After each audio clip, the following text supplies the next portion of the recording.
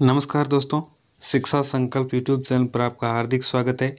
दोस्तों, librarian grade 3 का exam हुआ था आज। तो उस एग्ज़ाम में जो मनोविज्ञान के क्वेश्चन थे, बहुत ही महत्वपूर्ण क्वेश्चन थे।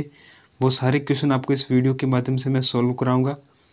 और दोस्तों, ये क्वेश्चन में है वो आपको एक शॉर्ट तरीके से सॉल्व कराऊंगा, ताकि ये जो आपका है वो समय कम खर्च हो, और ये क्वेश्चन है वो आने वाले एग्ज़ाम के लिए भी आपके लिए काफ़ी इम्पोर्टेंट रहने वाले हैं।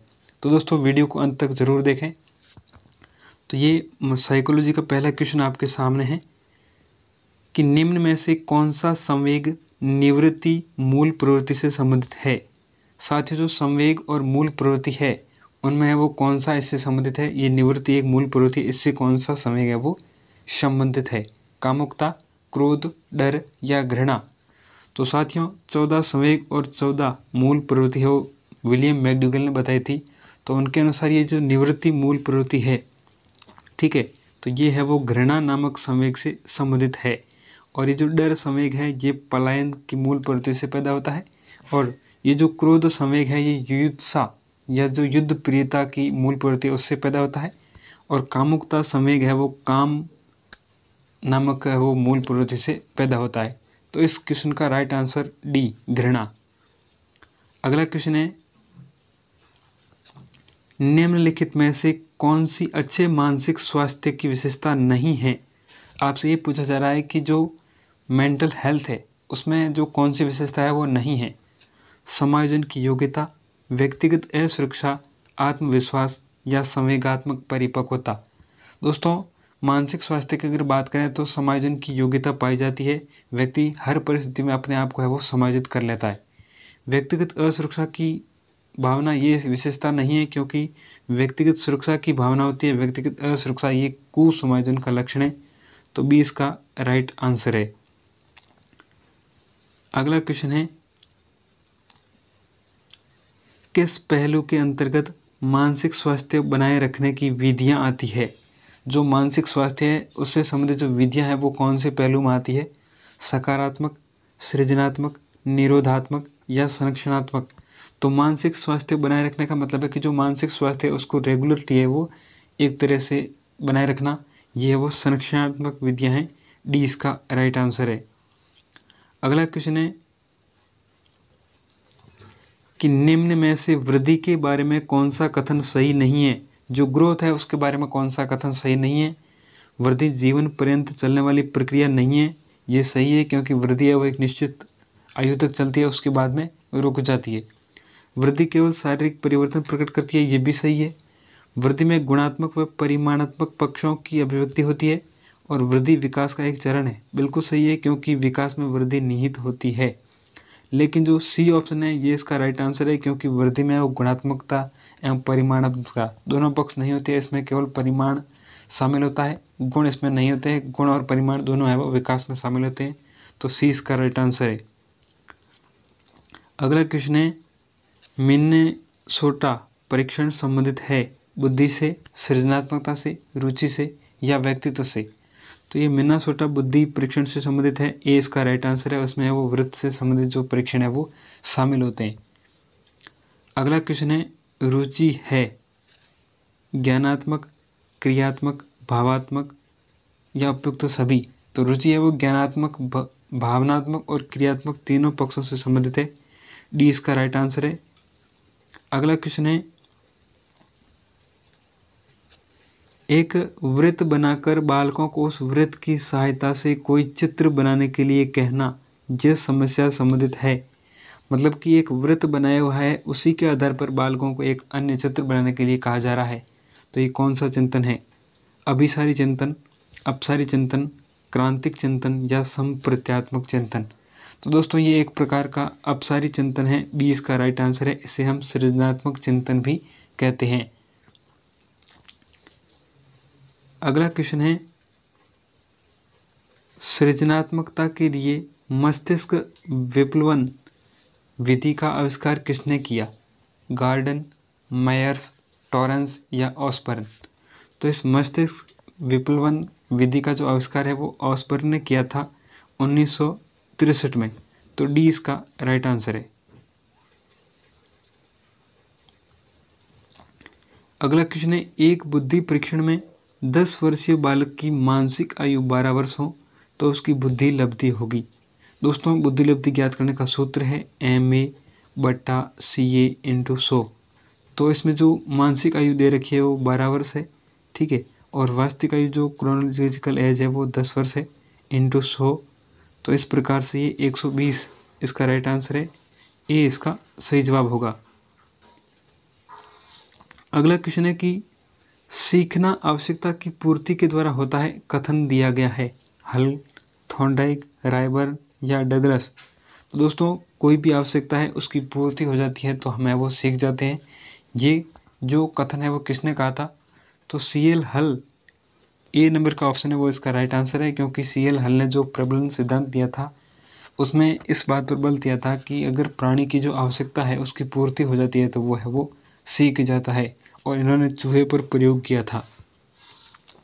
अगला क्वेश्चन है कि तनाव कम करने की प्रत्यक्ष विधि है। जो विधियां हैं वो दो तरह की होती है, एक प्रत्यक्ष और एक अप्रत्यक्ष। तो प्रत्यक्ष विधि कौन सी है?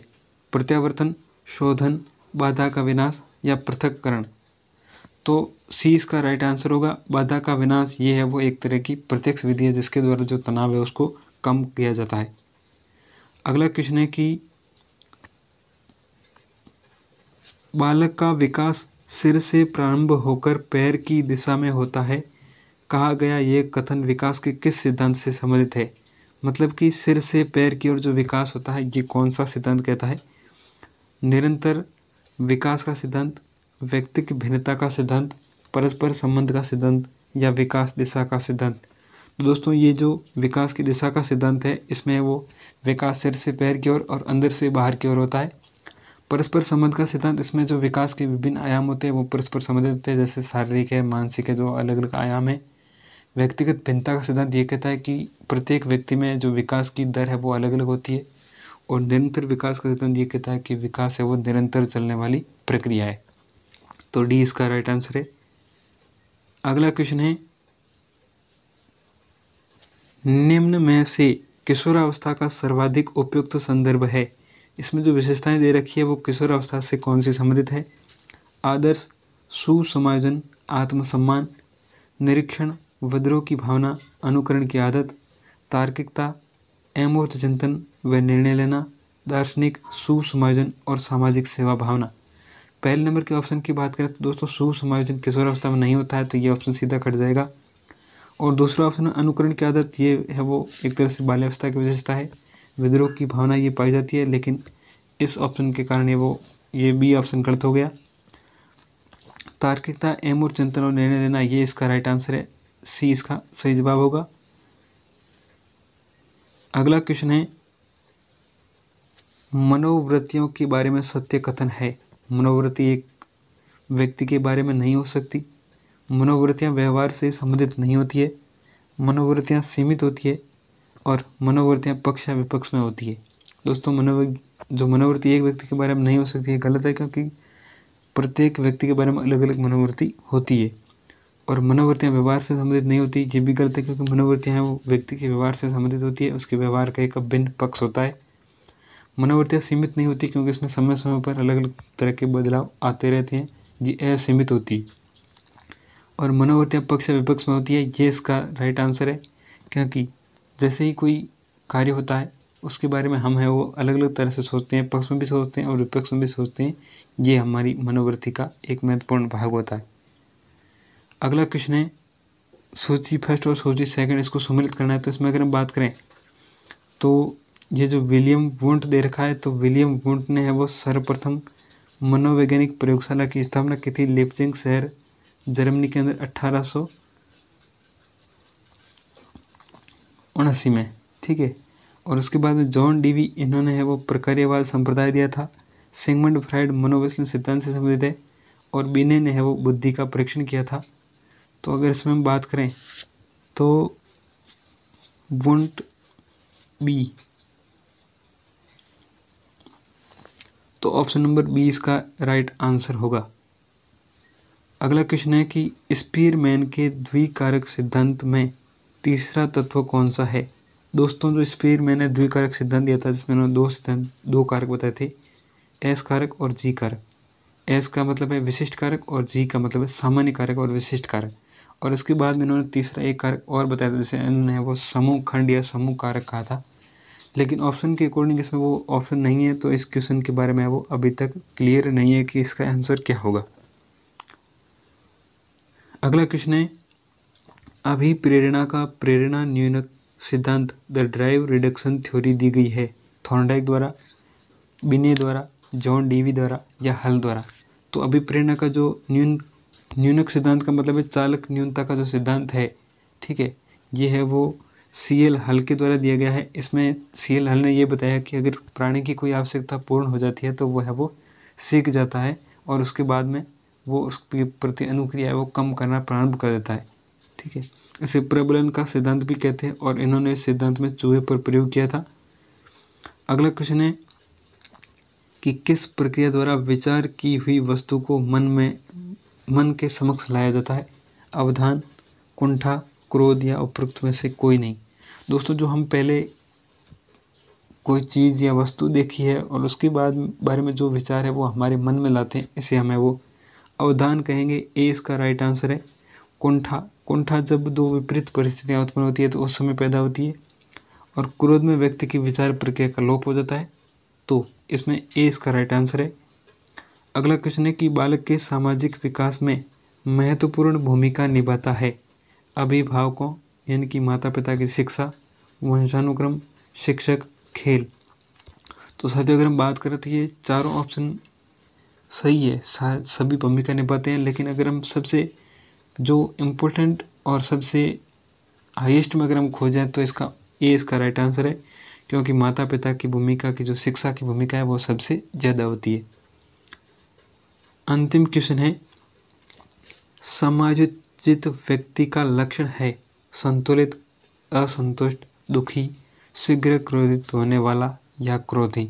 तो जो समायोजित व्यक्ति होता है जिसमें एडजस्टमेंट होता है तो वो व्यक्ति है वो एकदम से संतुलित होता है। ए इसका राइट आंसर है। तो दोस्तों, ये थी एक महत्वपूर्ण सीरीज जिसके माध्यम से मैंने जो लाइब्रेरियन का एग्ज़ाम हुआ था उसमें जो मनोविज्ञान के 20 क्वेश्चन पूछे गए थे वो आपको सॉल्व कराए हैं। दोस्तों, ये क्वेश्चन आपके आगामी हर प्रतियोगी परीक्षा जिसमें मनोविज्ञान पूछा जाता है आपके लिए इम्पोर्टेंट रहने वाले हैं। दोस्तों, चैनल को है वो सब्सक्राइब कर लीजिए, वीडियो को लाइक और शेयर अवश्य करें। और PDF के लिए आप हमारा जो टेलीग्राम चैनल है शिक्षा संकल्प के नाम से, वहाँ पर अवश्य तौर पर जुड़ जाएं। थैंक यू दोस्तों, धन्यवाद।